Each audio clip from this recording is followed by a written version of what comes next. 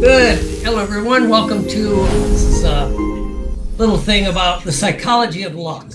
Why your brain is deleting 99% of your luck right now, and what can we do about it to become more lucky? Right. So, when was the last time, if you answer these honestly, just to yourself, when was the last time you missed an opportunity that, in hindsight, was obvious? Right. You know someone who catches every break and have you ever asked them why? But do you just know a lucky person? Right. And if a limiting belief has been quietly running in the background your whole life, would you want to know? Would you want to know? Right. So let's have some fun with this. What this thing is doing. So here we go. Sorry about this. But anyway, I don't know why this is doing that. Hold on one second. Hold on. Technical difficulties. This is not lucky. Oh my God, I've just sabotaged my whole thing. But what opportunity does this give me? Well, it gives me the opportunity to do some different things. You know, some people just seem lucky. But what if luck isn't luck? What if they've trained their brain to notice opportunities everybody else misses? That's what we're doing in Psychology of Luck. Every Wednesday from September 23rd to October 14th, Dr. William Horton will show you how to change what you notice, change the patterns running your mind, and turn opportunity into action. Maybe you haven't been lucky yet. Register now. We'll see you in class.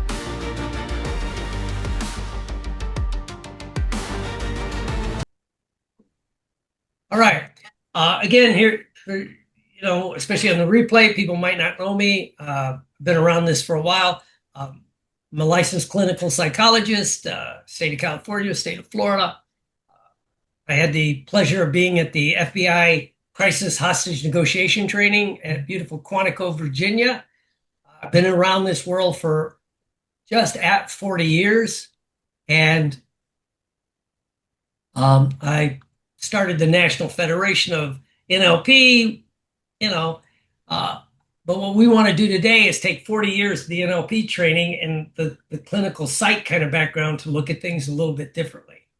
So you're not unlucky, you're untrained.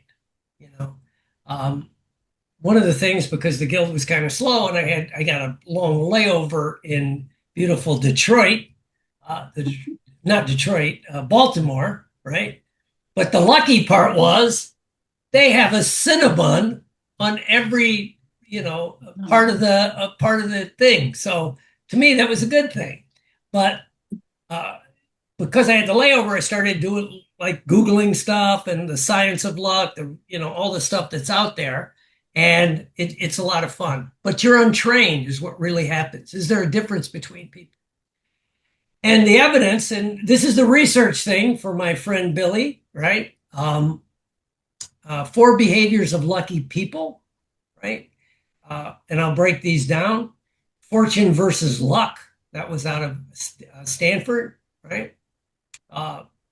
Daily practices of lucky people, right? And believing you're lucky beats just believing in luck, right? So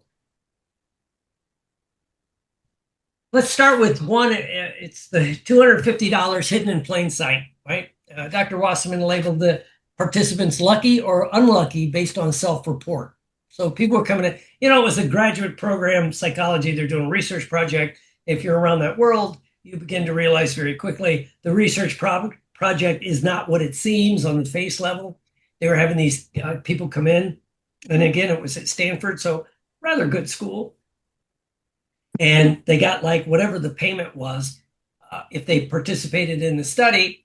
And the study was here's a newspaper, back when they had newspapers. Here's a newspaper. It was either count the headlines, right? Or count the pictures, right? And so that was the study, right? But as we all know, that's not what the real study was. Before, as part of the questions, when they'd ask someone like, hey, Karen or Reed, on a scale of 1 to 10, do you consider yourself lucky or unlucky?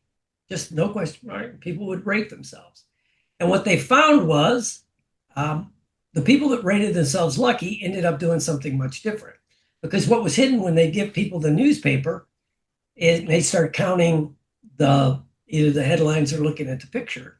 There was a little blurb in there saying, stop counting. There are 43 photographs in this newspaper. Tell the experiment you've seen this and you win an extra $250. Right? And what happened is the lucky participants, those that labeled themselves lucky, found it on a higher percentage, like 80-something percent found it, as opposed to people that labeled themselves unlucky. And again, this is Stanford University, right? So bright people. And even though the ones that didn't find it, most of them still got whatever it was right, counting the photographs and the headlines. But what it was is they figured out later is the focusing on the task narrowed your focus. Oh. Right? So you become hyper focused, right? And that narrow focus costs them money, right? And so you're not noticing anything outside of the assigned task. That makes sense to everybody, right? So the lucky people, what it got into was it, I guess you could say, it reset their reticular activating system. It opened it up so they're seeing different things, right? They weren't locked into one little thing, right? And the luck school actually worked. People that went through a 4-week, 30-day training reported greater happiness, study duration, and they reported becoming luckier, right? They reported becoming luckier, right? So again, this is where the research comes from. So let me talk a little bit more about it. Again, the Wasserman study, again, they tracked people who I self-identified as lucky or unlucky, started like with the newspaper test, and the people that had labeled themselves lucky seemed to have more opportunities, right? The other study done at Stanford by Tina Sealing, I think, reframes fortunate versus luck. Fortune is what happens to you. Luck is what you do with it, right? But it treats luck as a buildable thing you can do, right? And basically, it takes away this is fate argument. What's interesting with this one is the people that labeled themselves lucky and could reframe quickly took bold action. Right? How many times have you had an opportunity and you're going to go think about it, and either you forget about it, don't do it, or when you go back, the opportunity is not there, right? And it's the subtle things that your reticular activating system picks up versus that, right? And there's something we can do, and we're going to do that, right? But there's basically 2 types of luck. And this was done in 2025, a research project, and it split luck into 2 types, right? This I find fascinating, right?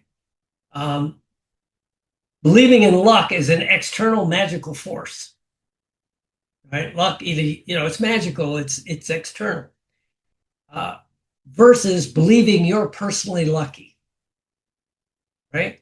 If you have so it's an internal feeling of luck. If it's an external feeling of luck, you have lower well-being. You're not as lucky, you're not as successful, which kind of makes sense, right? But if you had the personal belief, I am lucky, you had a higher well-being on every measure that they were measuring, right? And it's basically, this is the evidence-based reason the class trains, I'm a very lucky person versus luck is real. Right. And so, this is kind of a breakdown of this, right? And it kind of goes back to the serendipity mindset, right? That, if you believe you're lucky, you're going to open up your reticular activating system. And if you change some different beliefs, different things start to happen. So here's a good one, right? And I stumbled across this and I love it. Are you cursed? Do you ever feel like you're cursed, right? And Dr. Gay Hendricks came up with this one, and I really liked it, right? And in our world, the NLP, the hypnosis, the therapy world, it's just a limiting belief about your own luck. But it can be absorbed so early, you never notice it arrived. I mean, those of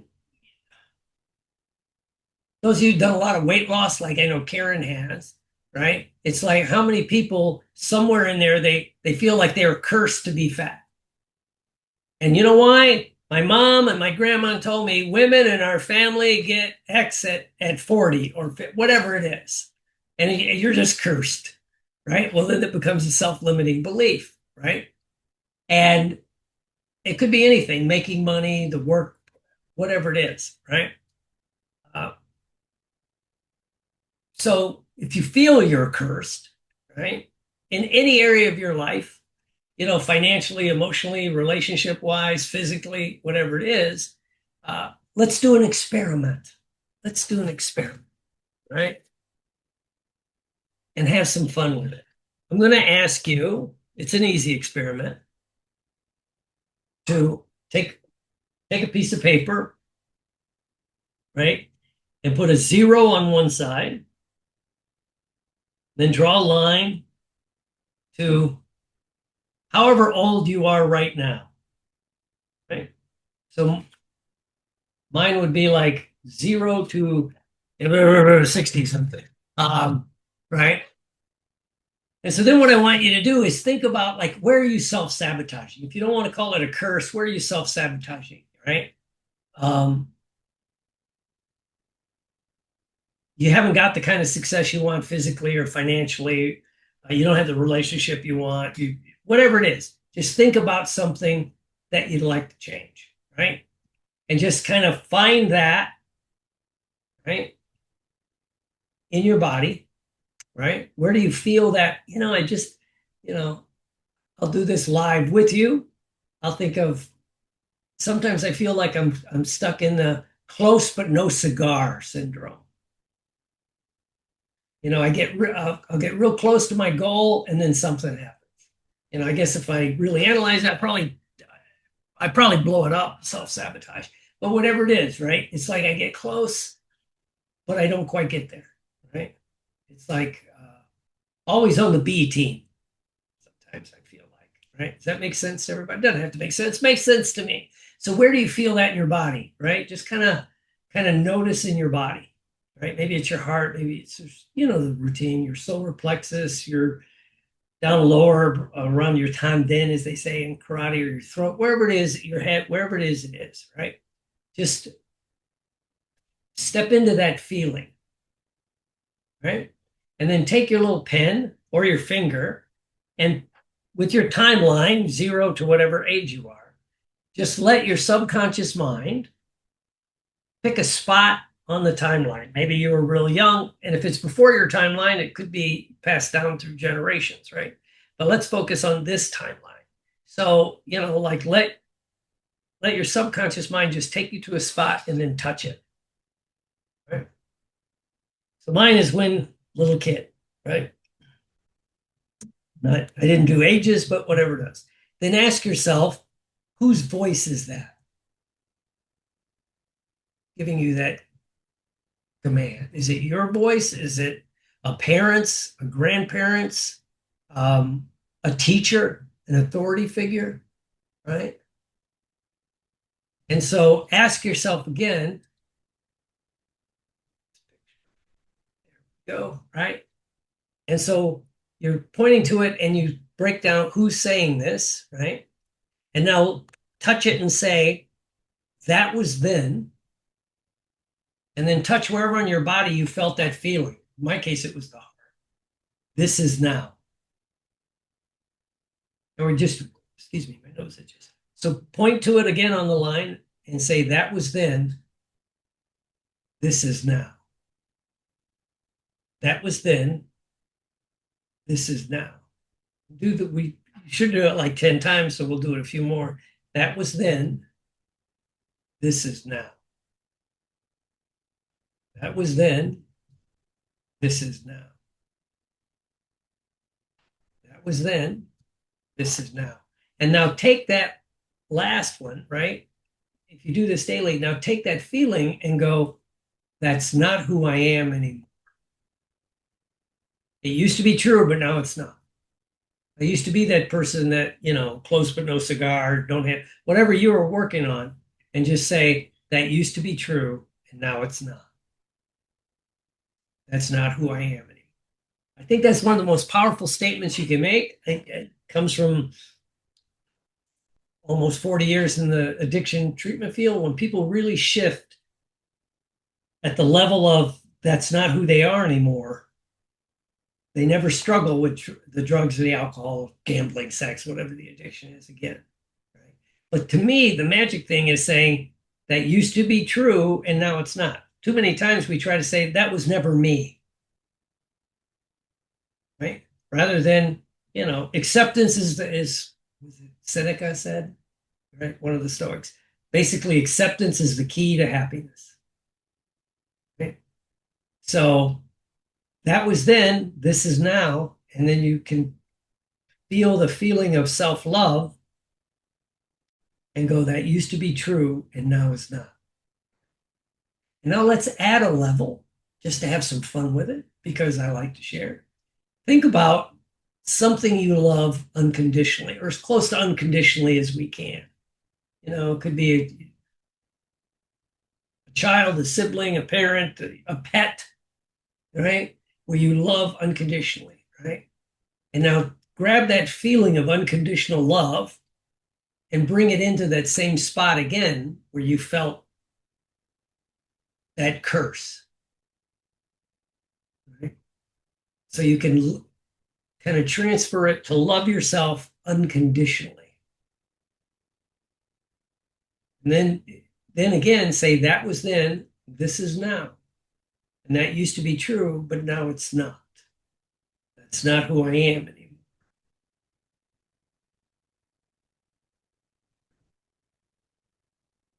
Cool. All right. Everybody, that makes sense to everybody? Cool. It's a fun little technique. And now, here's another thing we can do. Say it out loud, and you're muted, so it's fine. I'm a very lucky person. And what happens in your body as you're saying that? Right? Do you believe it? Or let me move here. Is there a resistance? Right? And I got this from a few years ago. I had the pleasure of working with a guy for a couple of years. And he'd always sit at every business meeting. He owned the company, right? I was helping him with a few things. He'd always start the meetings when he would talk to his employees of that I'm the luckiest man alive. And it was sincere, right? And he had a hell of a story. He immigrated to America in his 30s after the Balkan War. He was an officer in the whichever side of the Balkans was our ally that we abandoned. Not that we don't do that. And so he got to come over here with nothing, right? And now it's like 8 years later, he's running a multi-million-dollar medical company, right? So he'd always say, and I remember asking him, where'd you come up with that? He goes, it's just true. I mean, I still have friends back in Serbia. In Serbia that, there's, and he goes, I almost fell into this trap. When I got here, it was in Miami, and there's a Serbian, enclave there, like in a lot of cities where they have, the different areas where people live. And he goes, I fell into, getting in with the guys in the morning, drinking Serbian coffee, smoking Serbian cigarettes, and bitching about everything. And he goes, I don't want to be that way. So he went and took a job parking cars, right, in Miami, South Beach, which you can, the Maseratis, and he said, I want one of those cars. Right. And he goes, I didn't know how it would happen. I just knew it was. He goes, because I just thought how lucky I was that I got pulled out of a war zone where they were probably going to kill me because I fought on the wrong side. And here I am, even, just parking cars in South Beach, but I get to drive Ferraris and Lamborghinis and Bentleys, right?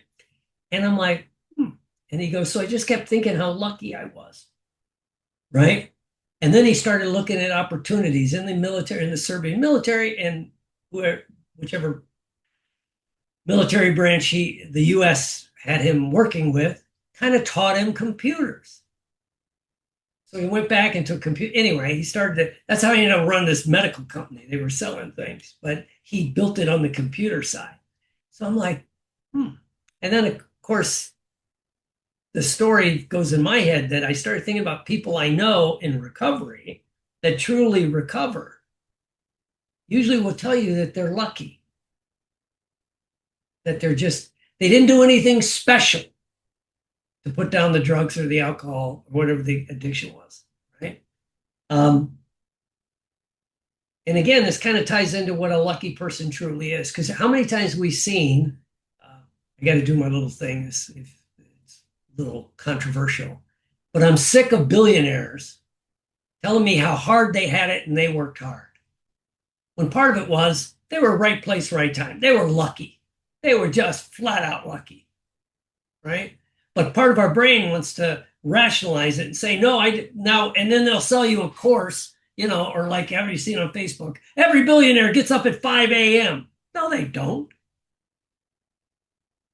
I mean, John can tell us Tony Robbins barely gets to bed most days at 5 a.m. or he used to, right? He's a night owl, right? Richard Branson's. And I mean, there's no rule, but then they come up, we analyze it like, oh, there's got to be a rule. This is the downside to the NLP modeling. Sometimes it's just luck. Right place, right time, right? But what if you could train it again? So you start believing I'm a very lucky person, right? They did an experiment with golfers and simply told them, here, this is your lucky ball. Or just, as opposed to just handing them, here's your ball, go, putt. It was a putting thing. I'm not a golfer, so I probably screwed this up, right? And on the little ball, it said lucky, right? And the other one just was unlabeled, right? And the label alone raised their self-efficacy, and maybe it made them try harder. Maybe it made them focus more. Who cares, right? There was that external thing. And then on a follow-up study, they said, and as you do this, just tell yourself that you're lucky. Just think, I'm a lucky person, and then you're out here on a beautiful day playing golf. Right? And I'm like, interesting, right? So what if you make that declaration? Now, again, an exercise, you want to make it even more fun, is now take a piece of paper and pen and write, I am a lucky person, or very lucky, with your dominant hand. Okay? And write it twice. I am. It doesn't have to be legible. Nobody's going to see it. Okay? Now, try this. All right. Now I'm going to watch everybody spaz out. Now, that's a politically incorrect term to say. But now take the pen and put it in your non-dominant hand and write it out as best you can. And it doesn't have to be legible, readable.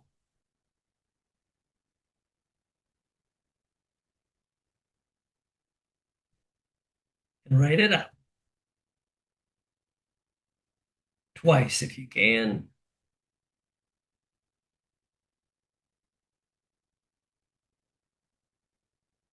And we know, and we know that by using your non-dominant hand, you're accessing a different part of your brain, right? Your right-handed, right-handed, left side, right? Somewhat. So anyway, somebody's unmuted. Let me find it. Mute yourself. All right, cool. So that was like 2 of the techniques that I'll be teaching in course, I got to do my pitch because I'm lucky. Psychology of luck class that I'm doing this, right? Different techniques, the curse release, how to reset your reticular activating system. Magic thing you can add, if a lot of us know, is if you have outrageous gratitude, it reinforces you. Because again, if you think about what you're grateful for, it sets your reticular activating system to look for other things to be grateful for, right? I mean, it's kind of like the old, have you ever been in an okay mood and then one of your friends come up and starts bitching about, oh my God, I get cut off by traffic. This is terrible. That's terrible. And then you tell your story and then you both start looking at reasons to be pissed off, right? And it's like that, I call it unofficial research, but a few people have talked about when they track happy people versus unhappy people. One of the things you can track with happy people, they do not watch the news on either side, right? And again, because it comes self-referencing. If you're on the conservative side, you're going to filter it that way. I mean, look at what Facebook does. Facebook, Twitter, TikTok, YouTube, all the algorithms actually work like your reticular activating system. Have you ever clicked on something on, I'll say Facebook, and then suddenly your feed is flooded with it? I argue that's exactly how your brain works, right?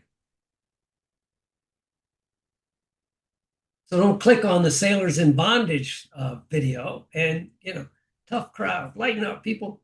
But I'm going to be teaching this because I want to have some fun with it, right? And you'll notice what changes, right? Because once you install it, if you can release an inherited belief, we're even going to go into, is there such a thing as beliefs and attitudes passed down intergenerationally, right? Well, other thing, I mean, they used the rat study where they took a rat and they trained it to be fearful of, I forget what the aroma was, but the smell, it was some kind of fruit, which naturally, usually rats get all excited when they smell that. But because they like to torture rats, once they would expose them to the stimulus, they would shock them. So pretty soon, the smell alone would get them to back up. This fear passed down through, I think, three generations, right? It's interesting stuff. There's one guy, I was watching a talk where he talked about, he's convinced a lot of the obesity epidemic, a lot of it is the food, and all that, but some of it is up until about our generation, and maybe a little, even our parents, everybody in this call, might have experienced real hunger, right? That we didn't. The depression, my mom talked about all they got for Christmas was an orange each because that was a big deal, right? And so if for generations you starved, did it get passed down? Then now that there's food is plentiful, and on top of it, may not be good food. You may overeat, right?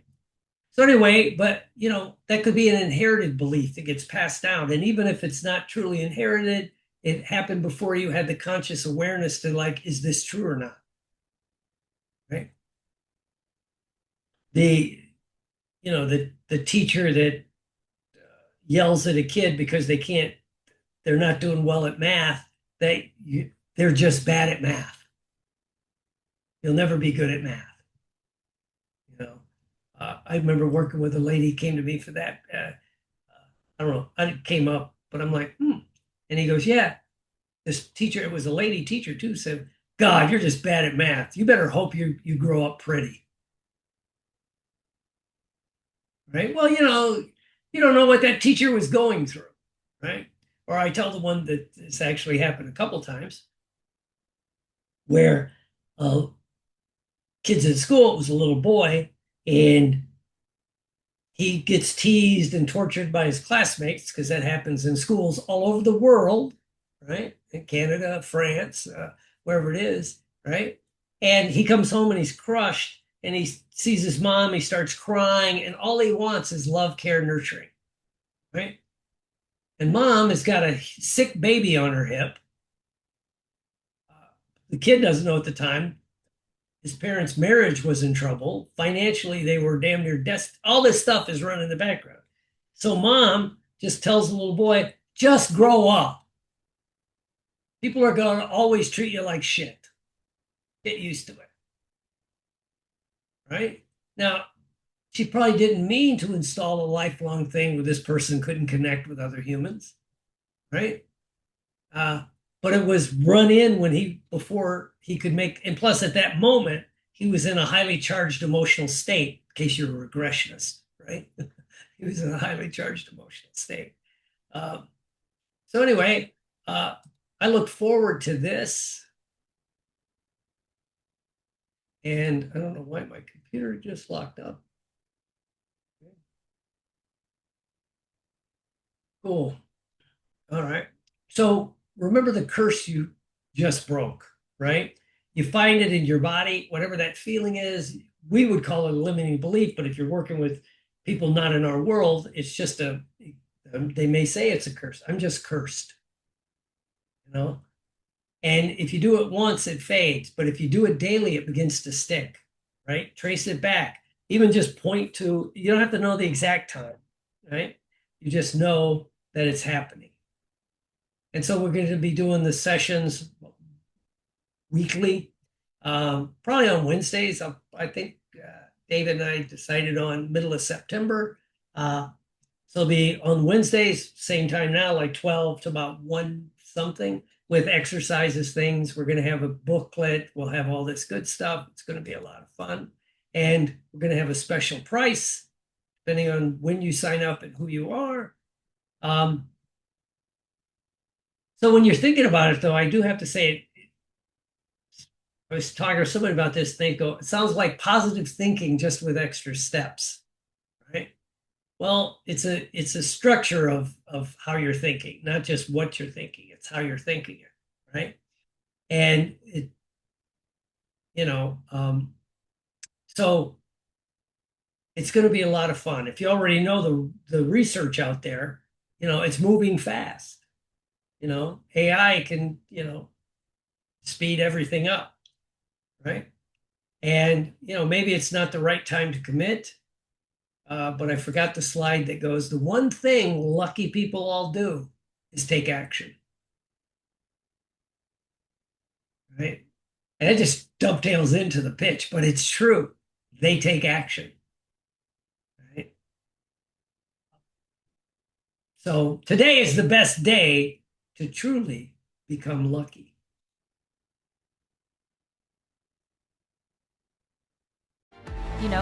Some people just seem lucky. But what if luck isn't luck? What if they've trained their brain to notice opportunities everybody else misses? That's what we're doing in Psychology of Luck. Every Wednesday from September 23rd to October 14th, Dr. William Horton will show you how to change what you notice, change the patterns running your mind, and turn opportunity into action. Maybe you haven't been lucky yet. Register now. We'll see you in class.